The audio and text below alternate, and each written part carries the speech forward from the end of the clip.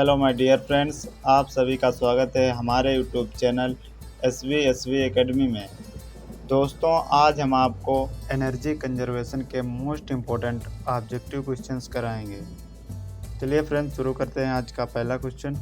हमारा पहला क्वेश्चन है, एक पंप में प्रणोदक के व्यास बढ़ने से क्या प्रभाव पड़ता है? प्रवाह में वृद्धि हो जाती है, हेड कम हो जाती है, शक्ति घट जाती है या उपरोक्त सभी? इसका राइट आंसर हो जाएगा प्रवाह में वृद्धि हो जाती है। एक पंप में प्रणोदक के व्यास के बढ़ने से प्रवाह में वृद्धि हो जाती है। हमारा अगला क्वेश्चन दिया गया है, पंपिंग सिस्टम में बड़े व्यास के पाइप को स्थापित करने से कमी आती है। पंपिंग में बड़े व्यास के पाइप को स्थापित करने से किसमें कमी आती है? हमारे ऑप्शन दिए गए हैं, स्टैटिक हेड में, डायनामिक हेड में, ए बी दोनों में या उपरोक्त में से कोई नहीं। दोस्तों, इसका राइट आंसर हो जाएगा option number B, dynamic head में। पंपिंग सिस्टम में बड़े व्यास के पाइप को स्थापित करने से डायनामिक हेड में कमी आती है। हमारा नेक्स्ट क्वेश्चन दिया गया है, पंपिंग सिस्टम में बड़े व्यास को स्थापित करने से परिणाम होता है। हमारे ऑप्शन दिए गए हैं, स्टैटिक हेड वृद्धि, स्टैटिक हेड में कमी, घर्षण हेड में वृद्धि या घर्षण हेड में कमी। दोस्तों, इसका राइट आंसर हो जाएगा घर्षण हेड में कमी। पंपिंग सिस्टम में बड़े व्यास के पाइप को स्थापित करने से घर्षण हेड में कमी आ जाती है।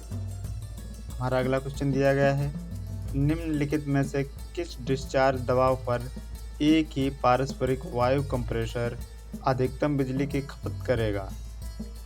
हमारे ऑप्शन दिए गए हैं, 3 बार, 5 किलोग्राम प्रति सेंटीमीटर, 90 psi या 500 kPa।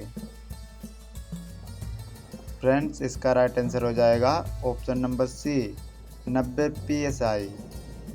हमारा अगला क्वेश्चन दिया गया है, समुद्र की सतह की तुलना में अधिक ऊंचाई पर वायु कंप्रेसर का प्रदर्शन कम होगा। प्रश्न में पूछा गया है, समुद्र की सतह की तुलना में अधिक ऊंचाई पर वायु कंप्रेसर का प्रदर्शन कम होगा।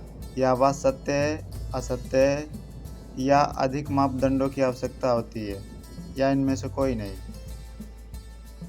दोस्तों, यह बात बिल्कुल सत्य है। समुद्र की सतह की तुलना में अधिक ऊंचाई पर वायु कंप्रेसर का प्रदर्शन कम होगा।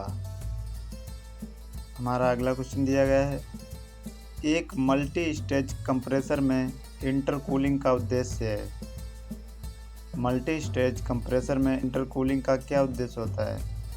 हवा में नमी को दूर करना, संपीड़न के काम को कम करना, नमी और तेल वाष्प को अलग करना या उपरोक्त में से कोई नहीं? फ्रेंड्स, इसका राइट आंसर हो जाएगा संपीड़न के काम को कम करना। मल्टी स्टेज कंप्रेसर में इंटरकूलिंग का उद्देश्य होता है संपीड़न के काम को कम करना। हमारा नेक्स्ट क्वेश्चन दिया गया है, एक फ्रिज में ठंडा कोयल पर ठंड का गठन, हमारे ऑप्शन हैं, सीओपी में सुधार करता है, ऊष्मा हस्तांतरण बढ़ जाती है, बिजली की खपत को कम करता है या बिजली की खपत को बढ़ाता है? हाँ, इसका राइट आंसर हो जाएगा ऑप्शन नंबर डी, बिजली की खपत को बढ़ाता है। एक फ्रिज में ठंडा कोयल पर ठंड का गठन बिजली की खपत को बढ़ाता है। नेक्स्ट क्वेश्चन दिया गया है, एक प्रशीतन प्रणाली में विस्तार डिवाइस के बीच जुड़ा हुआ है। एक प्रशीतन प्रणाली में विस्तार डिवाइस के बीच क्या जुड़ा हुआ होता है? हमारे ऑप्शन हैं, कंप्रेसर और कंडेंसर, कंडेंसर और रिसीवर, संघनित्र और वाष्पीकरण या वाष्पीकरण और कंप्रेसर। दोस्तों, इसका राइट आंसर हो जाएगा संघनित्र और वाष्पीकरण। एक प्रशीतन प्रणाली में विस्तार डिवाइस के बीच संघनित्र और वाष्पीकरण जुड़ा हुआ होता है। नेक्स्ट क्वेश्चन, कंप्रेसर में एक एयर ड्रायर का मूल कार्य है। कंप्रेसर में एयर ड्रायर का क्या कार्य होता है? कंप्रेसर में प्रवेश करने से धूल को रोके, इंटरकूलर से नमी निकाले, कंप्रेसर सेक्शन में नमी निकाले या आफ्टर कूलर के डाउन स्ट्रीम पर नमी निकाले। इसका राइट आंसर हो जाएगा option number D, after cooler के डाउन स्ट्रीम पर नमी निकाले। कंप्रेसर में एयर ड्रायर का मूल कार्य होता है आफ्टर कूलर के डाउन स्ट्रीम पर नमी निकालना। हमारा अगला क्वेश्चन दिया गया है, एयर कंडीशनर के स्टार लेवलिंग में प्रयुक्त पैरामीटर हैं। हमारे ऑप्शन हैं COP, EER, kW/TR, EPI।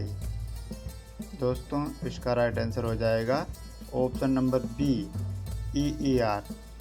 Friends, EER का फुल फॉर्म होता है एनर्जी एफिशिएंसी रेशियो।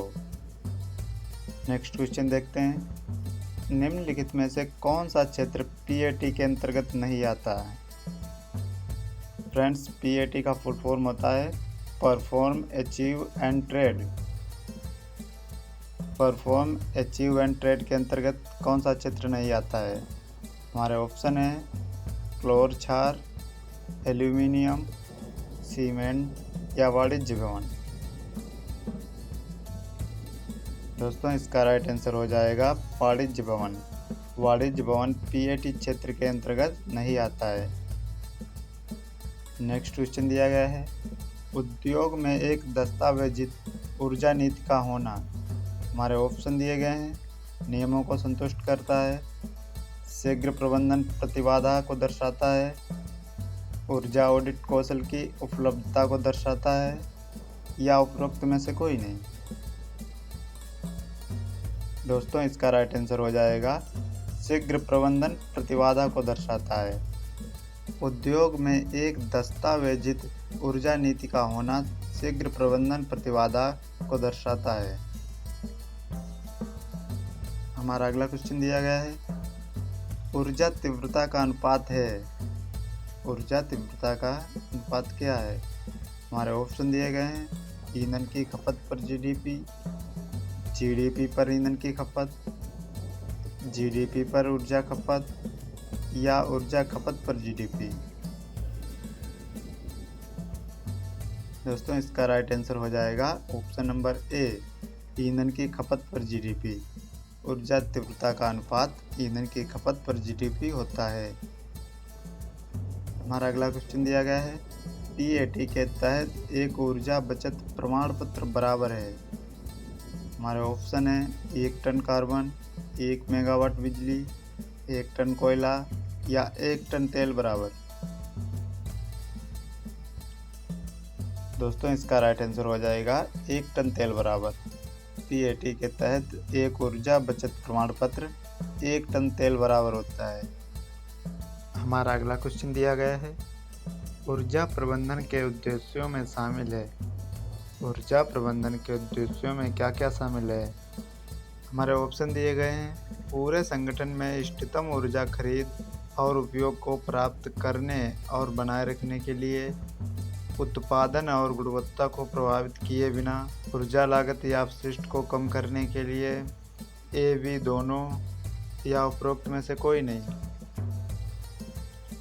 दोस्तों इसका राइट आंसर हो जाएगा option number C, A, B दोनों।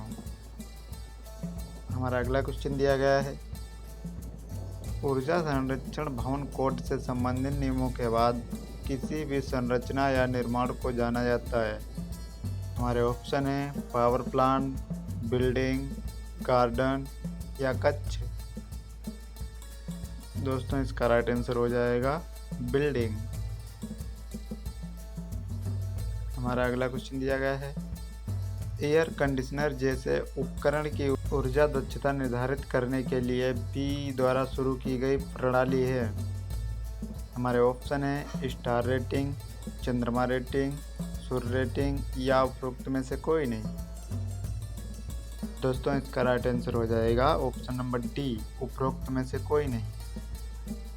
हमारा अगला क्वेश्चन दिया गया है, निम्नलिखित में से कौन इमारतों में ऊर्जा दक्षता बढ़ाता है? हमारे ऑप्शन है light pipe, triple gauge window, एकीकृत और फोटोवोल्टिक पैनल या उपरोक्त सभी। दोस्तों इसका राइट आंसर हो जाएगा उपरोक्त सभी। आज का हमारा लास्ट क्वेश्चन, पीएटी के तहत एमवी ऑडिट किया जाता है। हमारे ऑप्शन है बेसलाइन ऑडिट के तुरंत बाद, हर साल बेसलाइन ऑडिट के बाद, प्रत्येक पीएटी चक्र के अंत में या बेसलाइन ऑडिट से पहले। दोस्तों इसका राइट आंसर हो जाएगा प्रत्येक पीएटी चक्र के अंत में।